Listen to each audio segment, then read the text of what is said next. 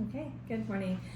So this is Dr. Lily Hwang, and we are going to focus on discussing environmental controls and also allergy immunotherapy, how you would educate a patient after they've been skin tested. Please do discuss this with your physician that you're working with to make sure that they agree with the process and that they agree with the information before you continue to present this to your patients. The first thing that we want to discuss is that after you have the patient skin tested and the skin test on the patient is positive to multiple environmental allergies, then you will be providing them with a handout that actually shows what they're tested to. So here's a pre-filled one that has the markings of the things that they were tested to, and then you would highlight the things that they were positive. For example, any species of the things that they tested to that are positive to trees, you would have those highlighted, or you'd mark an X for them. If they're positive to dust or cat, you would also highlight or mark positive for them. Once you've done this, you would also go over it with the patient, indicating what they were tested. So you tell them that they were tested to all the things that were checked off, and then you also say that on the sheet, the highlighted ones or the ones that were marked with an X are positives. And then after that, you would go forth and then discuss with them the environmental control measures and also the benefits of allergen immunotherapy. One of the things that I always recommend that you do is, obtain some information from the patient. So if the patient was a cat or dog owner, you want to focus a little bit about the cat and the dog environmental controls, and then also discuss those things with them as well. Different offices also have different handouts, and so just please do refer to your office to make sure that you're verifying the types of handouts that they have.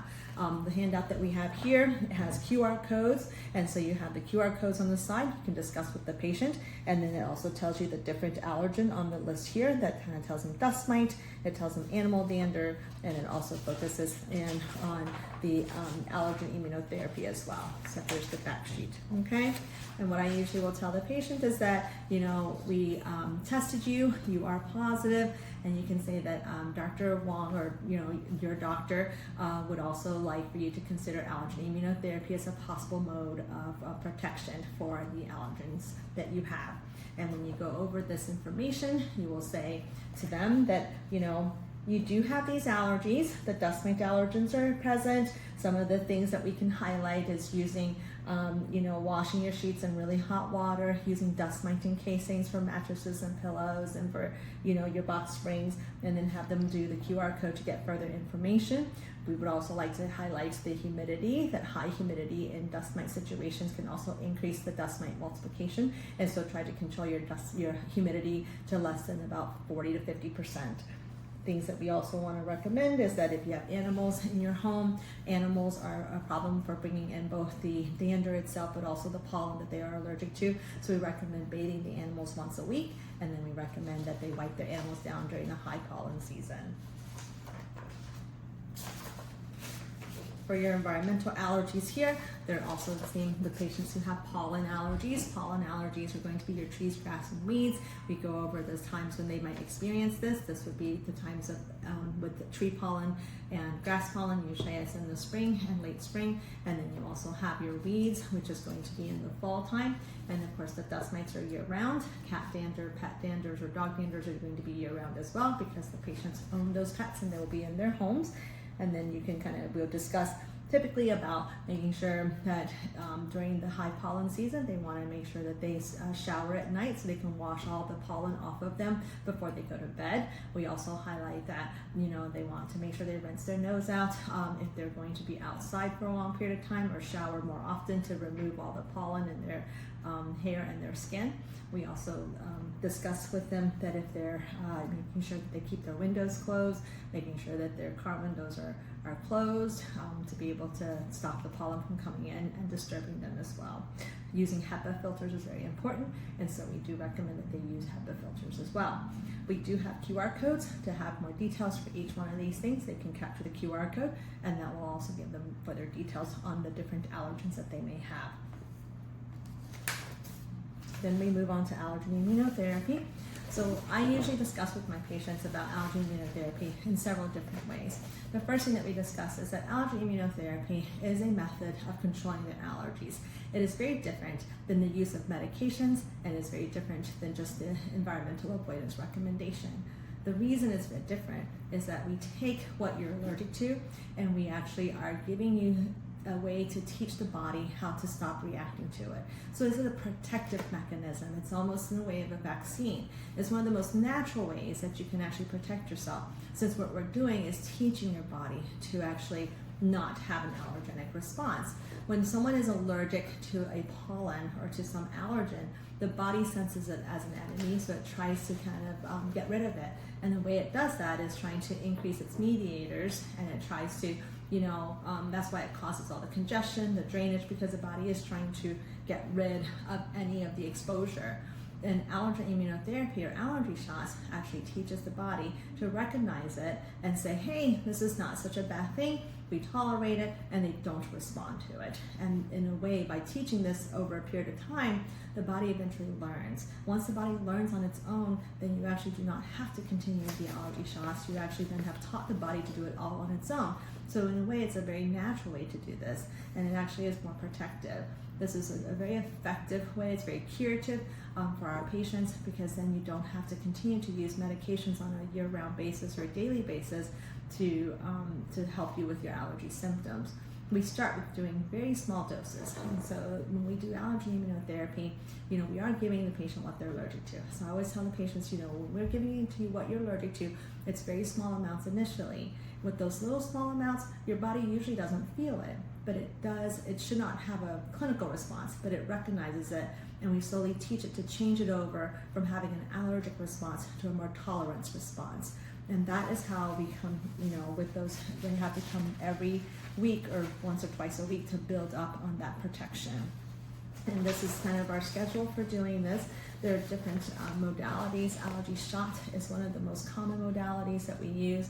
There's allergy tablets that are available, and allergy drops. So allergy injections or shots are the most traditional way. Usually it's better covered by insurance companies, and its efficacy is about 95%. So what it does is that you come in, there's a schedule for us. You come in once or twice a week. Each time you come in, you get a small amount of the allergen, and you increase it every time you come in. And so these schedules are available for you to kind of review with our patients. Usually we have them come in once or twice a week, and then you can see each dose that is given to them, and then they will advance slowly into each dilution. And so these injections do get stronger, and so each time they come in is a little bit stronger each time, and then we do kind of monitor them for their side effects. A lot of times what this does is that it just teaches the body to recognize it and then to not respond to it. And so patients will start to slowly feel different, and they'll feel better, but that's a very slow process. I usually don't tell patients that they feel better until probably about 8 to 10 months on the injections, and sometimes it may take up a whole season before they actually feel better. There's two different programs for the allergy shot program. There is the traditional program where you come in once or twice a week and you build slowly to it. And then there's also a cluster program, which you actually come in, you get multiple injections all in one sitting. So it's about an hour and a half for each visit.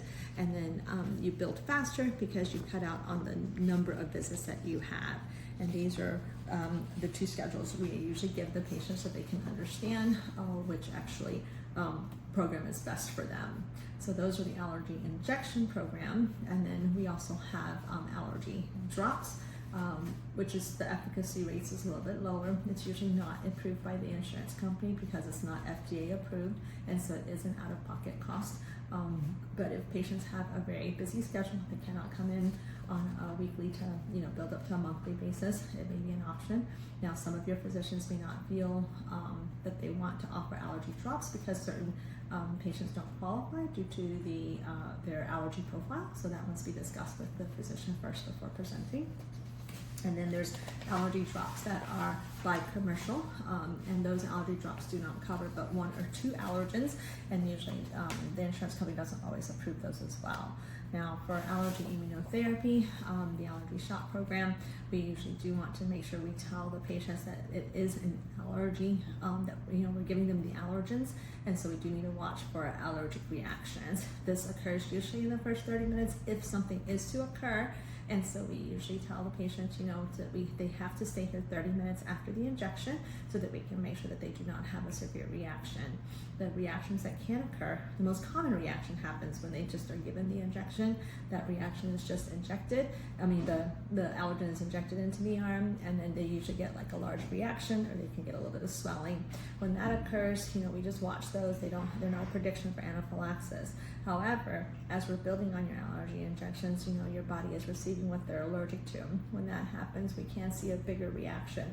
When we say bigger reaction, we are talking more of a systemic reaction, which means that your body is recognizing that you're getting an allergen, and it is going to respond fully with like more coughing, asthma exacerbation. It can cause sinus, it can cause red eyes, it can cause difficulty breathing, and sometimes even cause a loss of your blood pressure. So these are what we consider more immediate reactions that we have to deal with for patients who get allergy shock therapy. It happens very rarely, 1 in 2 billion injections, but when it does happen, we want to make sure that you are here and that we can take care of it. And so for patients, we do explain that this is something that they have to watch out for, and that is why they are here for the first 30 minutes, as it is most commonly cause problems is during that 30-minute interval. Usually after that 30-minute wait, if they were to have any other reactions, it's usually not as severe. Sometimes you can still develop some hiving and other things like that, which we can treat as well. Typically, the large local reaction, like I said, is not a prediction for anaphylaxis, but that's usually the most common reaction that patients will get. And usually the wait time 30 minutes is going to be enough for us to follow. And they do come in, every time they come in for their injections, they do need to wait that 30 minutes. We are very strict about that because that is part of our policy. And all patients should be ready to wait that 30 minutes for their allergy shots. And then, okay. And the other things I do want to mention is that, for our patients, there's many questions about allergy immunotherapy. One of those questions is just, how long do I have to be on them? So I always do mention that, we do recommend at least a 3 to 5 year commitment. Usually by the first year, you will see symptom improvement, but for your body to remember it, it usually does take at least a 3 to 5 year program.